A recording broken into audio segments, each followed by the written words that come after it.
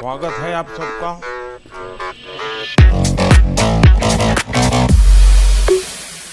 Once he came and sat in front of us, I'm sure सब लोग wonder कर रहे थे, wait, is the same person जो हम टीवी पे देखते हैं। जब सामने बैठे थे तभी भी धक धक हो रहा था बहुत।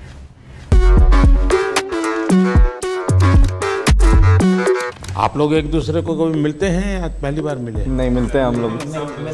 मिलते रहते हैं। मतलब आप लोगों का पुराना कारोबार है। तो जब आपको ये सूचना मिली होगी तो क्या लगा आप लोगों को? इस मोमेंट तक यकीन नहीं हो रहा था कि ये कुछ होने जा रहा है ऐसा। नहीं, पहले मिलेंगे फिर ही हम लोग सेलिब्रेट करेंगे, क्योंकि मालूम नहीं कैसे कब। हाँ, ऐसे आजकल तो फेक की दुनिया है ना। सर अभी भी नहीं लग रहा है कि आप सामने हैं। अच्छा, होने दीजिए। मेरे को यकीन नहीं हुआ पहली बात तो कि आपने बुलाया। तो सर एक बार लगा कि जो आपसे ये बात करने का मौका मिलेगा डेफिनेटली हम लोग फ्रंट फुट में आ जाएंगे और हमारा जो सबका एक गोल है ना वो आज वैलिडेट हो गया सर। वो गेमिंग की जीत हो गई सर। आप बुलाए वो आज इंडस्ट्री जीत गई। जो थोड़े दिन पहले नेशनल क्रिएटर्स अवार्ड हुआ था, इवन उस टाइम को भी हमें यही लगा था कि फाइनली इतने सालों के बाद ऐसे लग रहा है कि Creators गवर्नमेंट इज रिकॉग्नाइजिंग हमारे क्रिएटिविटी। जो हम यूट्यूब पे करते, जो हमें लगता था कि हाँ हमारी लोग देख रहे हैं, फैंस देख रहे हैं, यही हो रहा है, बट तो आप लोगों ने उस क्रिएटिविटी वाले अवार्ड में भी अप्लाई किया था? नहीं किया था? मैं तो गया था सर। हम तो बिल्कुल आपके इतने दूर बैठे हुए थे टाइम पे, उसमें भी यकीन नहीं हो रहा था। ना परिचय बता दीजिए पहले सबका। नमस्कार सर, मेरा नाम अनिमेश अग्रवाल है। मैं 28 साल का हूँ। मैं गुवाहाटी असम से हूँ।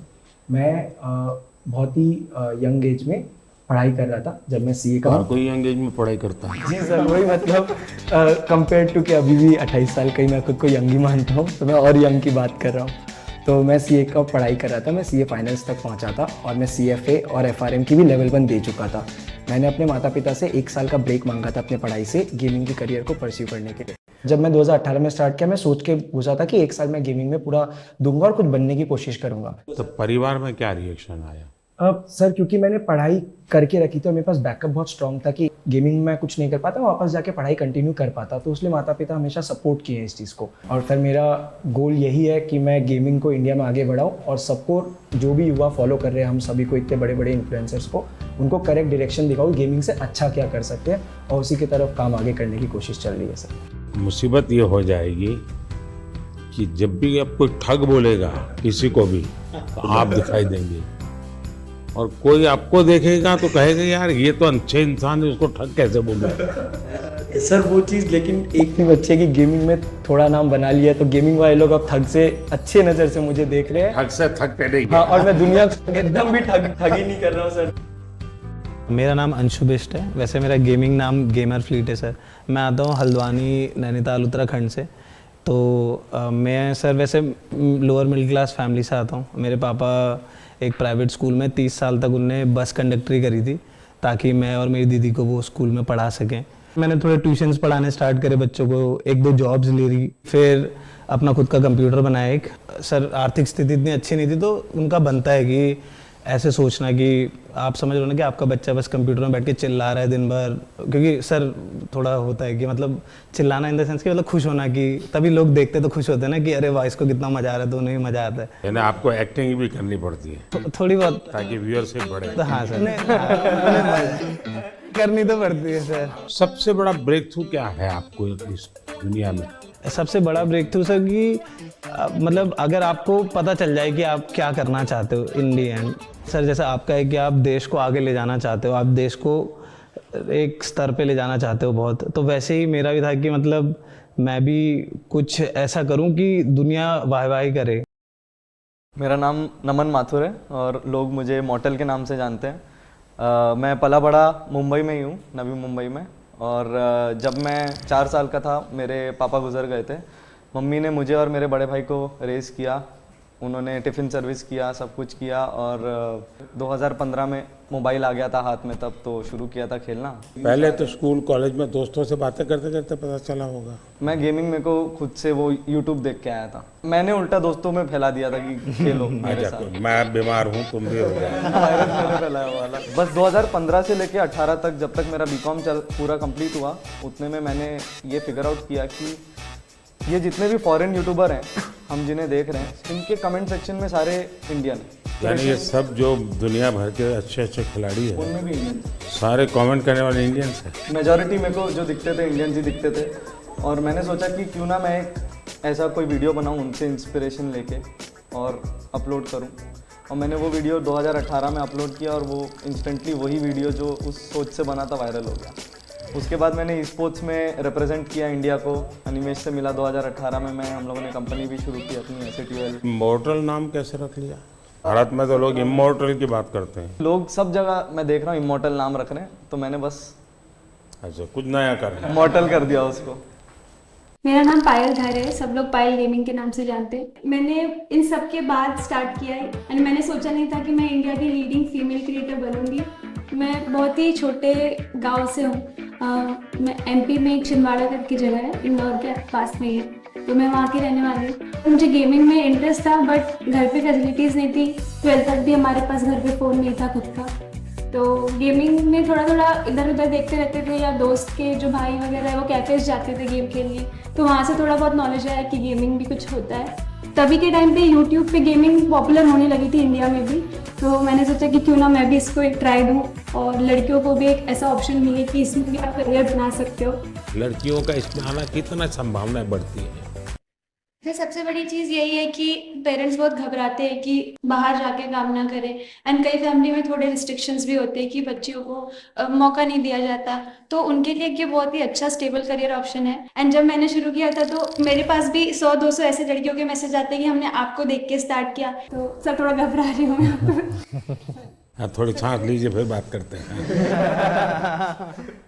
मेरा नाम मिथिलेश पाटनकर है, मेरा गेमर नेम मिथपैट है। मैंने जो ट्राई किया है कि हमेशा से यूनिक कंटेंट देना है, एंड आई थिंक उसी की वजह से लोग मुझे पसंद करते हैं। तो गेमिंग, एंटरटेनमेंट, मिमिक्री, ये सब मिलके मैं बनाता हूँ मेरे वीडियो। पूरा सलाड बना देते। मैं चाहता था कि इंडिया से एक ऐसा कंटेंट मैं बनाऊं जो बाहर के लोग भी देखें, लोग अप्रिशिएट करें। आज से 2 साल पहले एक स्ट्रीमी अवार्ड्स होता है, बोलते हैं कि this is one of the best award. So international category में I was the only Indian to get nominated, and Los Angeles में अवार्ड होता है, so I got that award, and I think that is also one of एक बहुत proud opportunity थी मेरे लिए ये। नमस्कार सर, मेरा नाम तीर्थ मेहता है। मैं भुज कच्छ गुजरात से हूँ और मैं 2014 से हार्टस्टोन नाम की एक गेम है उसमें compete कर रहा हूँ। तो भुज में ये बीमारी कहाँ से आई? सर ये तो ऐसा है ना कि हर कोने कोने में फैली हुई है अभी तो। लोग आपको कच्छ में जानते हैं कि ऐसे कुछ कर रहे हैं आप? हाँ, अभी तो मतलब बहुत सारे लोग लेकर के जाना पड़ता है? नहीं अभी तो क्या आप मुझे देखिए मेरे पास तो ये है। हाँ, मतलब इनिशियली तो किसी को पता नहीं था, बट जब से ये मेडल हासिल हुआ है तब से काफ़ी मतलब कहे तो सब पहचानने लगे हैं।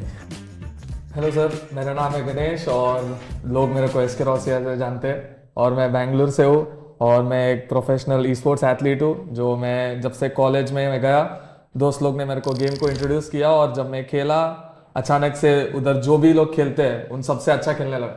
तो मेरे दिमाग में आया कि ये चीज़ मेरे को असली में मज़ा आता है करने में और इस पे मेरे को कुछ बड़ा करना है। मैं जब 17 ईयर ओल्ड था, मैं इंडिया को रिप्रेजेंट किया 2017 इंडोनेशिया में।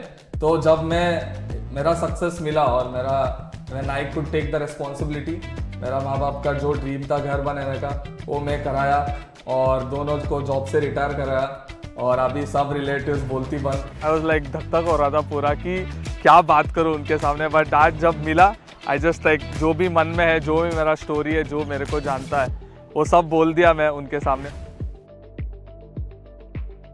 एक साथ आप लोग कितने घंटे खेलते हैं कंटिन्यू?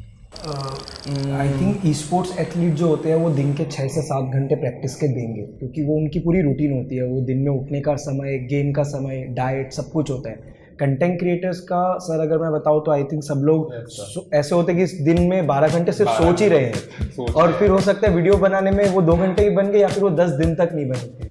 हमारे देश में क्रिएटिव की दृष्टि से गेम की दुनिया में कंट्रीब्यूशन कितना होगा? पिछले 2 साल में जो कंटेंट बन रहा है इंडिया में यूट्यूब पे वो बहुत नेक्स्ट लेवल बन रहा है। लाइक सब ऑफकोर्स लोगों के पास फोन्स आ गए हैं, सबके पास अभी इंटरनेट एक्सेस आ गया, तो हम लोग ऐसा नया नया कंटेंट देख रहे हैं इंडिया में जो आई थिंक वर्ल्ड में किसी ने बनाया नहीं है। मैं शॉक हो जाता हूँ कि इंडिया में इतना सस्ता है, इतना मतलब अच्छा है। इवन फॉर एग्जाम्पल अगर गेमिंग बाजू में रखी तो एग्जाम्पल यूपीआई भी इट्स ऑल्सो सिस्टम जो बाहर इतना अच्छा नहीं, मतलब कोई सिस्टम नहीं है जो इंडिया में। It's a blessing. गेमिंग की दुनिया में आज करोड़ों बच्चे हैं, उनको ये मालूम है कि हमारे यहाँ इंटरनेट इतना सस्ता है, उसी के कारण उनके लिए अपॉर्चुनिटी बनी है। पता है? बिल्कुल पता है, सर, पता है। सर, अगर मैं आज तो आप खुद ही किसी को- मानता हूँ सर किसी को भी आप कि पूछोगे ना, वो हाँ। सबसे पहले बोलेगा फ्री इंटरनेट। यहाँ पे जो भी बैठा है हम सब हमारी ग्रुप शुरुआत है ही इसी ऐसी के हुई बाद। है सर। जिस तरह से free internet, cheapest internet I think India के टॉप 5 चीपेस्ट कंट्रीज में आते हैं। तो सर आज के दिन भारत में 15,000 गेम डेवलपर्स कहे जाते हैं एंड 1400-1500 से ज़्यादा गेम स्टूडियोज भी है। सर वैसे तो भारत में अगर आप देखो जो गेमिंग है 5 से 6 साल पहले ही बूम होनी शुरू हुई। 2019 में आई थिंक मैं बोलता हूँ कि गेमिंग काफ़ी स्पीड पकड़ी, रफ्तार पकड़ा, और 2000 सब कुछ मेरे आने के बाद। जी एकदम जी। एक ऐसी घटना बताइए किसी के साथ आपको गेमिंग के दरमियान कुछ हो रहा, आपने कहा और एक स्पार्क कर गया, ऐसा कुछ याद आता है? मेरे तो लाइव चैट में आया था, एक लड़का बोला था कि मेरा ब्रेकअप हो गया, तो मैंने बोला था कोई बात नहीं, तेरा भाई तेरे साथ है।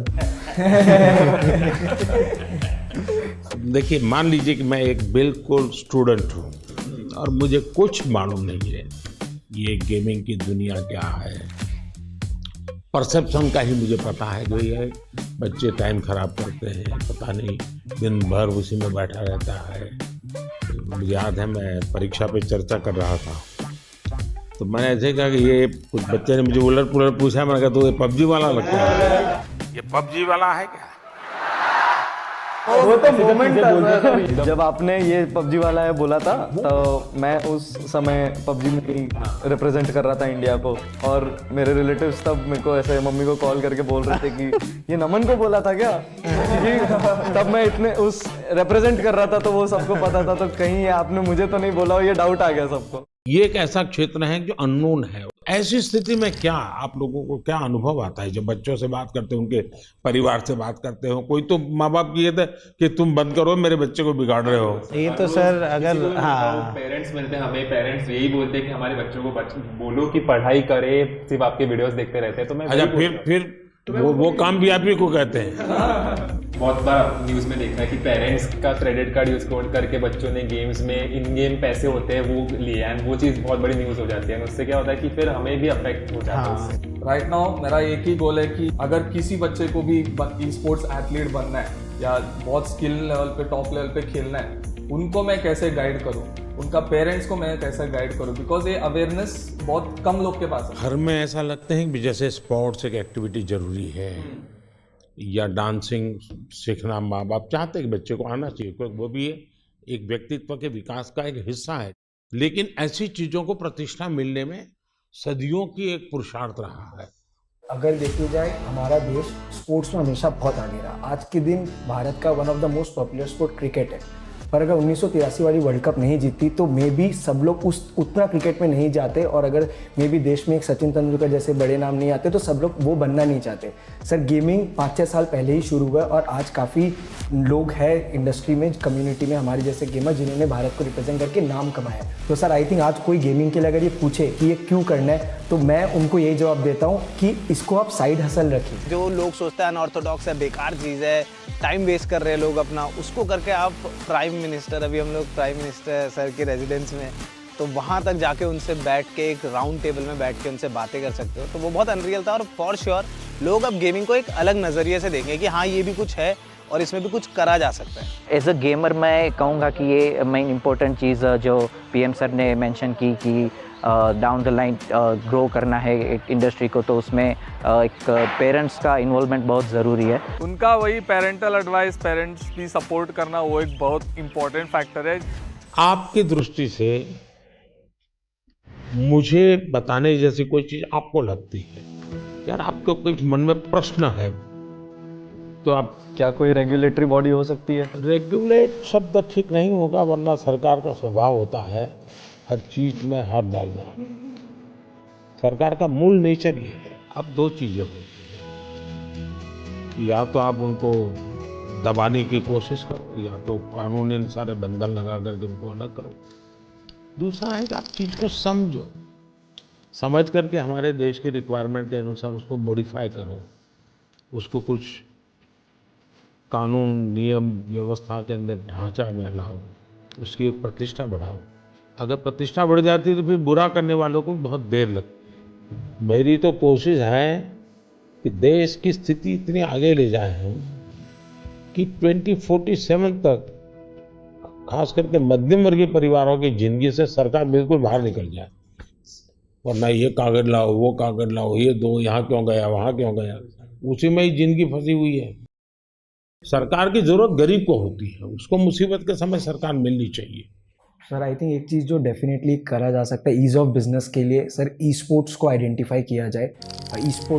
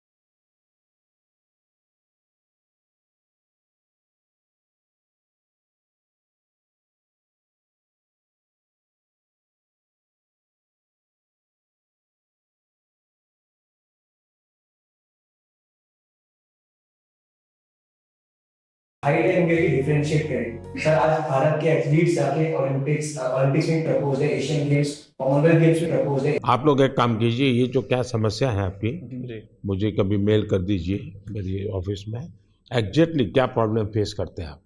इधर लाइक पेरेंट्स को जब उनके बच्चे लोग बोलते हैं कि गेमर बनना है, पेरेंट्स लोग को समझ में नहीं आता कि एक्चुअल गेमर क्या होता है, क्या करता है। गेमिंग मतलब गेमिंग, गैम्बलिंग भी समझ जाते हैं। तो उसके रिगार्डिंग मोदी जी बहुत अच्छा एक्सप्लेनेशन किया कि गेमिंग अलग होता है, गैम्बलिंग भी अलग होता है, और हमने भी बहुत सारी चीज़ें एक्सप्लेन किया। अब इतने सारी मात्रा में बच्चे जुड़ चुके हैं, उनको आप रोक नहीं सकते, तो उनको आप सही रास्ते पर ले जा सकते हो। तो सही रास्ते पर ले जाना है तो आपको लगता है डूज एंड डोंट्स, पढ़ाई करो, ये तो ठीक है, हम कह दिए तो पढ़ाई करो, और क्या क्या बातें आप सोचते हैं कि जिसको उसको केयर करना चाहिए। बच्चे बिल्कुल चाहते हैं कि यही करे, तो हम लोग सर, मैं तो हमेशा अपनी स्ट्रीम पे क्लियर बोलता हूँ, कोई भी आके बोले कि भैया मुझे भी आपके जैसा बनना है, तो मैं तो साफ बोलता हूँ भाई अगर तुम्हें मेरे जैसा बनना है तो जैसे मैं चला वैसे चलो।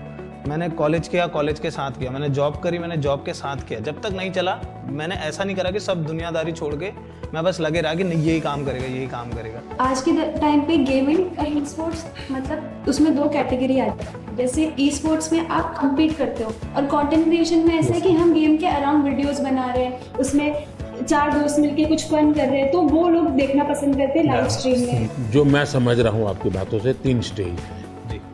एक तो है जो गेम खेलने के लिए आने वाला खिलाड़ी, दूसरे वो लोग हैं जरा क्रिएटिव माइंड के हैं, तो उस गेम उसका लाइव स्क्रीनिंग ये वगैरह करके के बाद में एक छोटा सा वीडियो बनाना, इसमें थोड़ा रंग भर देना वो। और तीसरा जो महत्वपूर्ण है कि गेम इटसेल्फ बनाना। कैसी हमारी जो गेम्स हैं जो बनी है अब तक जो आई है उसकी क्या। तो अभी आई थिंक 2020 में आपने स्टेटमेंट दिया था कि मेक इन इंडिया की इंडिया के अराउंड गेम्स बनाना प्रमोट कर रहे हैं आप। तो उसके बाद आई थिंक काफ़ी इम्प्रूवमेंट आया है उसमें, और जो वो पूरी इंडस्ट्री है उसमें भी काफ़ी स्कोप बढ़ा है। हिंदुस्तान की कौन सी थीम है जो लोगों को आकर्षित कर रही है, या आप लोगों को लगता है कि ये क्लिक कर सकती है? क्योंकि जो वेस्टर्न वर्ल्ड की आती है उसमें तो मारो काटो दौड़ो भागो यही आता है। जैसे हमारे पंचतंत्र है, क्या कभी किसी ने उसमें माइंड अप्लाई किया? अभी डेवलपमेंट में जो बोर्ड गेम्स हमारे पुराने खेले जाते थे, जैसे अष्टो चौकड़ी करके एक गुजराती में हम छोटे से तब से वो गेम खेल रहे, तो अभी उसके जो है वो डिजिटल वर्जन्स अभी रिलीज़ हो। बाकी यही है कि हमारी जो मिथोलॉजी है जो उसके अराउंड काफ़ी गेम्स डेवलप हो रहे हैं। दुनिया आज एक बहुत बड़ी चर्चा करती है ग्लोबल वार्मिंग की, क्लाइमेट के इश्यूज हैं। दुनिया में अलग अलग तरीके अपनाए हैं। मैंने दुनिया के सामने अलग विषय रखा है। मैंने कहा है मिशन लाइफ।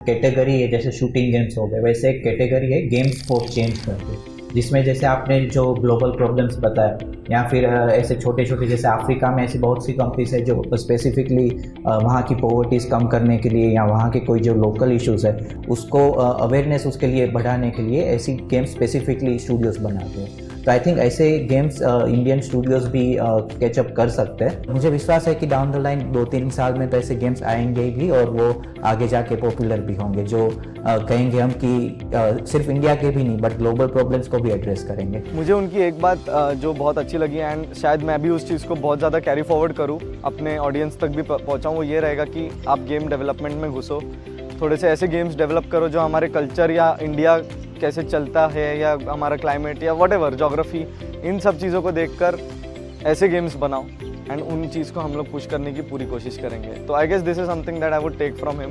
उन्होंने जो इन्वायरमेंट के लिए चीज़ें बताई कि जो गेम डेवलपर्स हैं उनको इन्वायरमेंट पे फोकस करके इंडिया की ऐसी गेम बनाना चाहिए जिसमें इन्वायरमेंट और हमारे जो क्लीननेस है उसकी तरफ ध्यान देने के लिए, आई थिंक वो मुझे बहुत ही अच्छा लगा। क्या ओपन सोर्स गेम का होता है कि गेम है उसमें 2 चैप्टर किसी और ने जोड़ दिए, 2 स्टेप्स किसी और ने जोड़ दिए, क्योंकि आप जो कहते हैं ना जिसकी उम्र कम होती है, हाँ, उसको जो मॉर्टल है उसको इमॉर्टल बनाना है तो फिर हमें ओपन सोर्स करे और उसमें नई नई चीज़ों को जोड़ने के लिए उसको ओपन करे।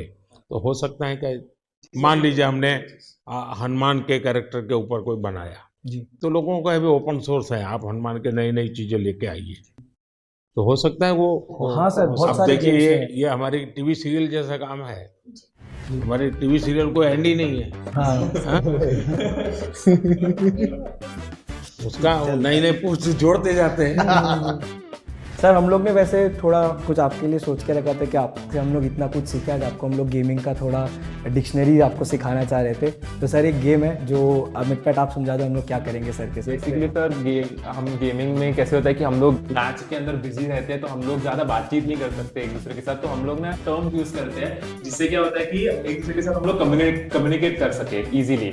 हर एक की अपनी एक टर्मिनोलॉजी होती है। आप देखिए सरकार में जाइए तो सरकारी जो अधिकारी होंगे वो शॉर्ट फॉर्म में ही बोलेंगे, भी बोलते हैं भारतीय जनता पार्टी वैसे ही शॉर्ट फॉर्म हो जाता है।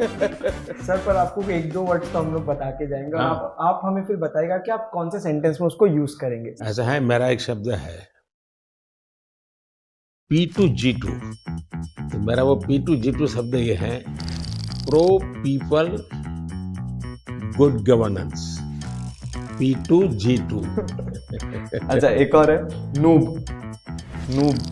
नूब का मतलब होता है कोई ऐसा जिसको कुछ बहुत मेहनत करने के बाद देखिए मैं चुनाव सभा में अगर बोलूंगा अरे नहीं आप लोग सोचोगे मैं किसके लिए बोल रहा हूँ।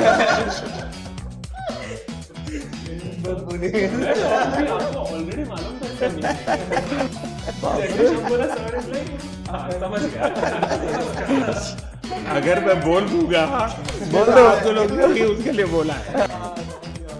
ग्राइंड करके एक वर्ड होता है, तो ये तो खैर आप गेम में भी इस्तेमाल कर सकते हो, आप कहीं भी इस्तेमाल कर सकते हो। ग्राइंड मतलब सर मेहनत करना हो गया बेसिकली। जैसे अगर मैं माइनक्राफ्ट खेलता हूँ तो मुझे उसमें एक एक चीज़ सीखने के लिए ग्राइंड करना पड़ता। तपना सर, तपना, हिंदी में आसान भाषा में तपना। और दूसरा है सर GT है, गोट टू। मतलब हम जनरली कोई भी गेमिंग सेशन एंड करते हैं तो दोस्तों को कहते हैं कि अभी मैं क्लोज कर रहा हूँ, जाना है, तो हम टाइप करते हैं GT। गॉट टू चलो AFK मतलब अवे फ्रॉम कीबोर्ड, यानी कि आप गेम खेल रहे हो, 4 लोग एक टीम में एक साथ खेल रहे हैं, अचानक से मम्मी ने बुला दिया कि खाना रेडी हो गया, तो वो फोन इधर ऐसे छोड़ के जाएंगे तो वो मतलब गेम में हार जाएंगे। तो टीम मेंबर्स आके हमें, अगर हम चाहते कि टीम मेंबर्स को समझे कि सुनो मैं जा रहा हूँ लेकिन मेरी जगह तुम लोग लो, तो हम लोग AFK लिखते हैं, अवे फ्रॉम कीबोर्ड, मतलब मैं नहीं हूँ पर तुम लोग संभाल लो। यानी एक दूसरे को कह कर के जाते हैं, इतनी डिसिप्लिन फॉलो करते हैं। और सर सबसे बड़ी चीज आपको कूलेस्ट पीएम कहा जाता है हमारी साइड में। अगर आप देखिए लाइव चैट में भी कहते हैं कि सबसे कूल अगर कोई है तो वो हमारे पीएम है। एंड आप जैसे मतलब हमारी और आपकी उम्र में काफी डिफरेंस है, लेकिन फिर भी एक नहीं, आपने किसने बताई ये मीडिया में सब आता है, वो सच मत मानो। हाँ मतलब सर आपकी जेंजी है हमारे। हाँ, मैं कलर करके बाल वाइट रखता हूँ ताकि जहाँ लोगों को लगे कि मैं बेचौड़ हूँ। आपने एक, मुझे याद है, मुझे यूट्यूब फैन फेस्ट में आपने जब सर सिंपल चीज वही लाइक शेयर सब्सक्राइब सब लोग पागल हो गए। आप लोग को कूलेस्ट पीएम को गेमर टैग देना चाहिए। हम लोग सब गेमर्स के नाम है, सर का कोई नाम नहीं है। नाम सर इंडिया ने मुझे बहुत पहले से नाम दे के रखा है, डबो। तो वो हमें क्या कहते हैं, नमो OP. Sir OP is overpowered और आपको सबसे ज्यादा ही ओवरपावर्ड सबसे ज्यादा पावर। सर अभी कुछ आपके साथ गेम्स चलिए हैं। सर हम बहुत एक्साइटेड है आपको गेमिंग सिखाने के लिए। आपको ये पहनाता हूँ। हाँ लूज, फुल तो सिर्फ हाथ मूव करना है। हाँ आगे पीछे मत। जोर से मारिए, हाँ मारिए। मतलब फर्स्ट गो में जिस हिसाब से उन्होंने किया, we were mind blown. India के सब गेमर आज खुश हो गए हैं। वाओ, कैसा था आपका अनुभव ये खेल के? अच्छा ही है, लेकिन जब आप इतनी जल्दी अडैप्ट भी कर लिया, एक्सपेक्ट नहीं किया था मैंने आप लोगों से ट्रेनिंग लिया। ये देखिए राइट नीचे आना है ना। किसी को नहीं मिल सकता, उतना मुश्किल है मिलना। जो मौका हमको मिला तो this will be the best moment of my life where we played games. आप अंदर चले जाइए यहाँ से। देखिए अब यहाँ पे आ गए आप, स्पीड भी बढ़ चुकी है अब। मैं बहुत खुश हूँ क्योंकि ये एक इंडियन गेम है, फर्स्ट टाइम मतलब सर खेल रहे हैं। माधुर भाई क्या बात है, पहुंच गए। गेम इतनी ही है कि नहीं गेम तो बहुत बड़ा है। इनको मिलेगा एक त्रिशूल मिलता है यहाँ पर, तो वो त्रिशूल लेके फिर उनको आगे बढ़ना होता है। ये देखिए ये त्रिशूल है यहाँ पे, तो जैसे ये इन्होंने ई दबाएंगे तो इनको ये त्रिशूल मिल जाएगा। अब इनको पहला हथियार अपना वेपन मिल चुका है। अब ये लेके वो आगे लॉर्ड विष्णु एंड माँ दुर्गा के गाइडेंस से अपने भाई को बचाएंगे। ये पूरे गेम का शुरुआत और पहलू है। एक बात तो है, हम लोग इतने टाइम से इंस्पायर कर रहे हैं लोगों को गेमिंग करने के लिए। आज आपने हमारे जितना इंस्पायर एक दिन में कर दिया। यानी आप लोगों का कितना समय जाता होगा इसमें देखता हूँ। सर आपको कैसा लगा आज गेमर्स से बात करके? मैं अभी नया हूँ इस दुनिया में, तो मैं बहुत सोचूंगा इस पर, युवा पीढ़ी का भला भी हो जी, और इसका एक पॉजिटिव क्रिएटिव उपयोग कैसे हो। मुझे ऐसे, मैं चाहता हूँ हमारे लोग इसमें आगे जाए और हम दुनिया में चीजों को लेके जाए। सो सर अभी हम लोग स्टम्बल गाइस करके गेम खेल रहे हैं, तो कोड है, रूम कोड है सबका 982 हाँ 981। Okay, join everyone, join. ऐसे इस गेम में कैरेक्टर्स होते हैं जिनको आगे आगे जाना होता है, रेस होती है, ऑब्स्टैकल्स होते हैं। आपके कैरेक्टर का नाम नमो है। ये जॉयस्टिक है। हाँ ये सर आपका कैरेक्टर है और ये जंप बटन है। मैं पूरा दिमाग खपाऊंगा जरा। अगर आप इसको ऐसे फिंगर रख के मुंह ऊपर की तरफ करोगे तो आगे की तरफ मैं आगे जाता हूँ। सर हुए सर आप, तो इसको आप यहाँ पे सर हाथ रखिए और इसको टच स्क्रीन के जैसे ऊपर की तरफ कीजिए। चलिए सर, चलिए। अच्छा इधर जंप करना है, जैसे ही नीचे जाएगा राइट वाला बटन दबाना है आपको। चलो कोई बात नहीं, बहुत बढ़िया, बट बहुत मजा आया, बहुत मजा आया। बहुत मजा आया। गाइस सर से सक्सेसफुली हमने मोबाइल गेम खिलवा इन इंडिया भगवान करे मुझे इसकी आदत ना लगे। सबके साथ सर ये तो बनता है। हम लोग कुछ चीजें लाए थे आपसे साइन कराने के लिए जो हमारे गेमिंग से जुड़े। आप 2 मिनट विराजमान हो जाते तो टेबल पे। For sure, NaMo OP. आप लोग ये काम शुरू कीजिए। हर एक को कहिए कि खुद की सिग्नेचर अपनी मातृभाषा में करें। लोग अब गेमिंग को एक अलग नजरिए से देखेंगे कि हाँ ये भी कुछ है और इसमें भी कुछ करा जा सकता है। ये पहना दीजिएगा। अच्छा इसको पहनोगे? शाबाश। Thank you sir, thank you.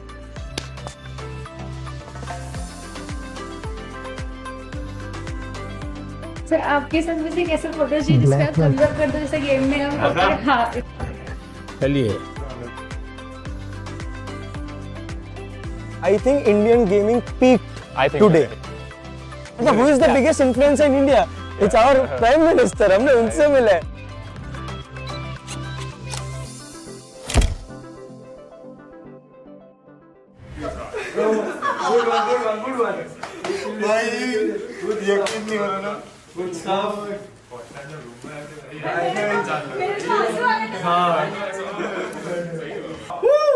मजा आ गया। हम लोग अभी सर इसलिए खुश है बिकॉज मम्मी पापा तुम्हारा बेटा मोदी जी के साथ मिल गया है।